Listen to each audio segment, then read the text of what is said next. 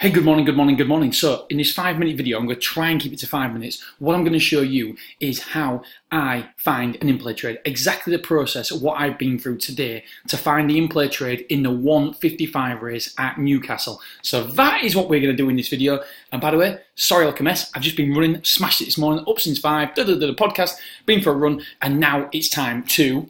Hopefully you can hear me better now, microphone's here. It was behind the computer. Right, so... what I've done is I fired up the software. As you guys know, I absolutely love this software.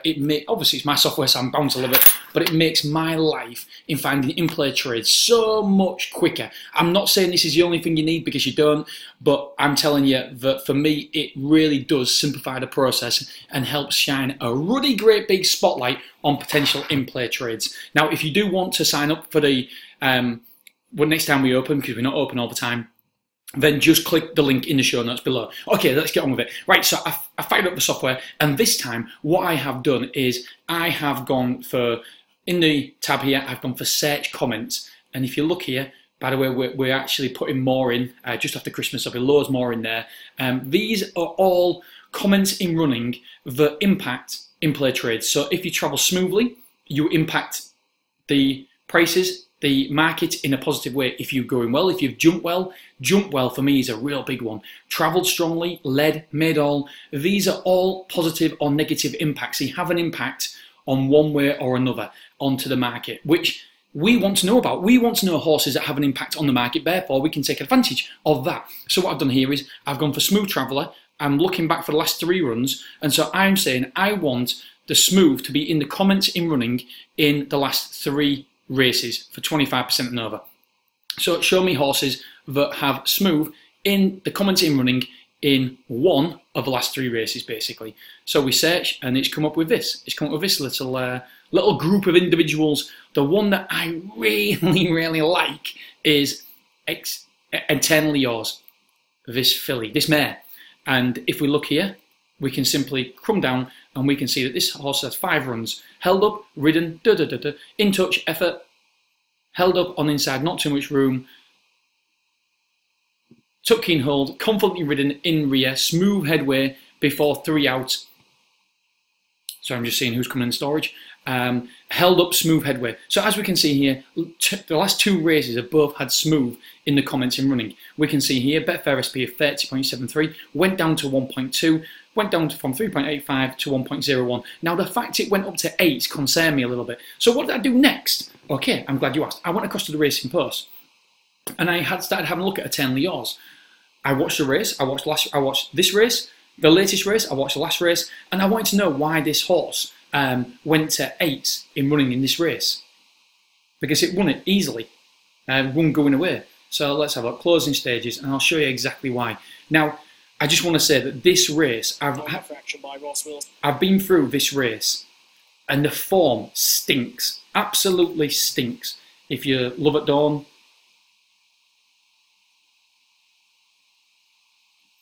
sorry, my internet's pretty slow here. There it was, finished 9th, pulled up an 8th. Was rated, it ran to a race of 91, a rating of 91. Went down to 77 and then 0 and 52. That was the second. I mean, it's like this all the way through. So this was a big worry for myself when I first started seeing this. 98, then ran £20 difference. 37, 8.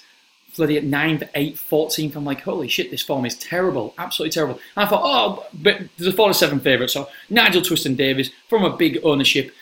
It must be better, surely. No, it's not better. 4th, ran to a 98. Look at that, 26, 0, 78. My God, next time out finished 8th. So the form is very, very bad. So when I was watching this, I was thinking, well, okay, why did it go to 8s in running against all this terrible opposition? So there's the horse there.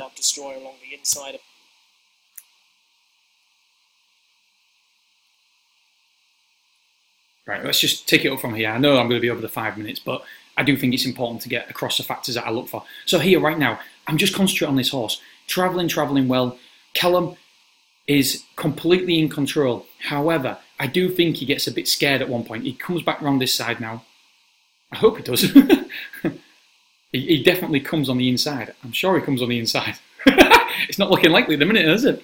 I'm sure he does. Right, so at the minute, look, you can see here, the odds-on favourites there. This horse is, well, they're both under heavy drive, aren't they? And our horse is just travelling very, very nice at the back of the field. Now, at this point, I believe this is when he went 8, because look, he started getting after him here. But he didn't really. What if you just take that back, if you just look, I won't be able to get it, but if you just look, I think he might have come out the stirrups. I really do think one of his feet must have come out the stirrups. Because he looks down. He looks down, and I don't think he actually gets after the horse, but I think he panics and it looks like he's getting after the horse, and that's why the in-play price shoots up. Like, just watch.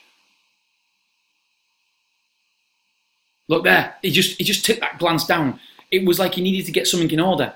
Maybe he didn't come up, I don't know, but look, now you can see he's back on the bridle. Now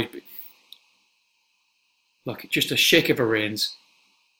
And so that brief moment, that's when he went to 8, and the market reacts very, very knee-jerkly at the end of a race. That's why you can go pew, pew, pew, pew, pew. I mean, look at that.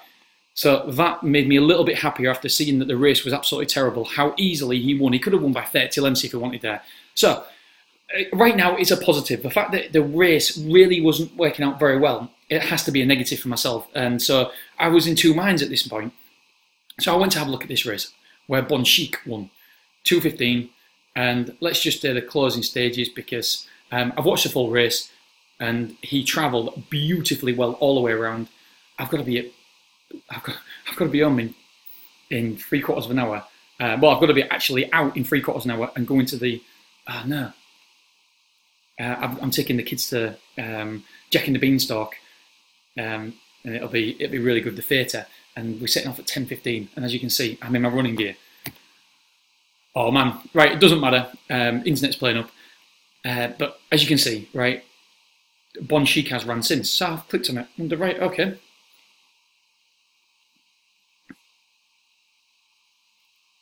And it came 6, rated 110. Yeah, big difference there, but it was haha. Anyway, that's my hoodie, the betting guy hoodie. I can't wait to have a look at it. It's took ages to come. Right, so you can see here it's come 6, but it wasn't a £22,000 race. But look who won it. Hidden Dilemma. Hidden Dilemma actually finished fourth in this race. And it's actually went on to win a £22,000 race. And Eternally Yours travelled all the way over it. It looked like the winner. It looked like it was going to win the race. And like I keep saying, it doesn't matter if it's won the race or not, because the in-play traders would have been out of their position. So here we can see came 4th. Next time out, won by 11 lengths. Ease near finish. I mean, look at the money for it as well. You can see that it was 11-4. Yeah, was it opened up at 11-4, touched 3s and went to 6-4. So the money was really down on that occasion. So that is a good animal. What about Off the Hook? Off the Hook has run good since as well. It's finished 2nd. I think it's 2nd.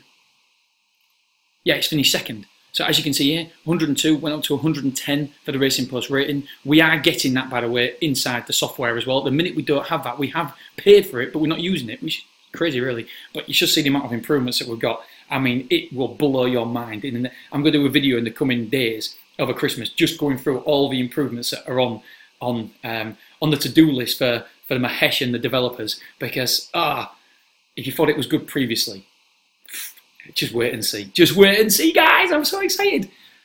Track this horse. Yep, we've got that in the software as well. Anyway, so as you can see, it ticks all the boxes. Right, I don't want to bore you too much, but if you look at Ruby 2 as well, the previous runs, it's not great from an in-play point of view. Let's have a look for 155. Oop, 155 Newcastle. A £4,000 race. I mean, let's sort by Betfair. Current price. So if you look at Ruby 2, so we can see Dob ratio is 2 out of 5. Gold 40% depends on your settings. I won't go into my settings at the minute. And so let's have a little look at this. Last time out, 1.46 went down to 1.21. Not bad, but obviously 1.46 didn't win the race. Here, this is an interesting one here. 5.32, the in-play low was 5.7. Not fluent. Any time a horse isn't fluent or doesn't jump well, outpace when hit last. Guys, if you hit a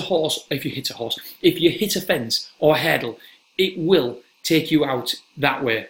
it will have a negative impact on the price. So that means that if something's going out, then something has to come in. It's a yin and yang. It's the give and take. So if this horse doesn't jump very well at 4.9, that can only mean this horse will go in one direction.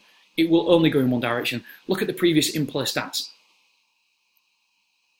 That's the only one that's a little bit concerning. But the other runs are superb. And the way this travels, I just believe it will have a positive impact on the market. I believe this horse will go close to winning, but we don't care if it wins or not. You can hear and see here, as well, Shine Baby Shine. It has only dobbed 2 out of the last 5. So here, Betfair SP 60s, Betfair Low 34, Betfair SP 42s, 20s, 3.85 down to 2.66. None of them look superior in the way in terms of in-play stats. This horse, my friends, is my in-play trade of the day. Really, really confident of it, and yeah, it's a one for me. So hopefully it gives you just an insight into what I do to find an in-play trade and how much effort. I do put a lot of effort into it. Obviously, you can only see a segment of what I've done because I don't want to take up too much of your time. 11 minutes, it's longer than I anticipated, and I've got to get to the theatre. I forgot the name of it then. Right, Betting Nation, have an awesome Christmas, and I really, really appreciate you guys. Honestly, thank you so much for being part of a Betting Nation. Without you, there is no Betting Nation, and so I'm eternally grateful for you guys listening to me, because you give me a platform to talk and do something I absolutely love. Without you guys, I'd never created the software, which is impacting hundreds of people now on a positive footing. It's made a massive positive impact on my life as well. So honestly, hats off, guys. Really, really appreciate you guys.